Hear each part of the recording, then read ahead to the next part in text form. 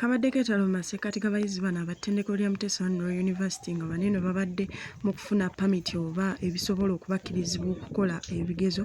Twogeddeko wamu n'abamu ku bayizi abasomera ku ttendekero lino erya Muteesa Royal University ne batunnyonnyola okusoomoozebwa nga bo abayizi abasomera ku essomero kwe bayitamu nga banaatera okufuna ebitambulizo oba biziyite pamiti. Wetwogeddeko n'abamu ku bayizi abasomera ku ttendekero lya Muteesa Royal University batutegeezezza nti n'okusoomoozebwa kwe bayitamu mu kuseerako ebigezo okuli akavuyo, omujjuzo, okugayaalwa kw'ababbaasa abafulumya pamiti ekireetera okubeera nti abayizi abamu basobola n'okumiisinga oba obutasobola kukola bigezo byabwe.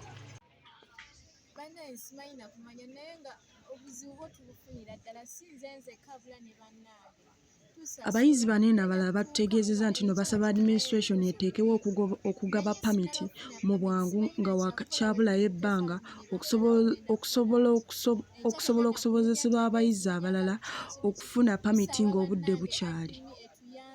Etuyambe oba eteekawo nga wiikisi 2 oba wiiki nga 3 simanyi naye tusobole okufuna pamiti. Tubonaabona ne tutuula wano ne twenyiga. Namukwaya Lilian ku lwa MRU yakusakidde eggulire lino. Ssaabasajja Kabaka awangaale.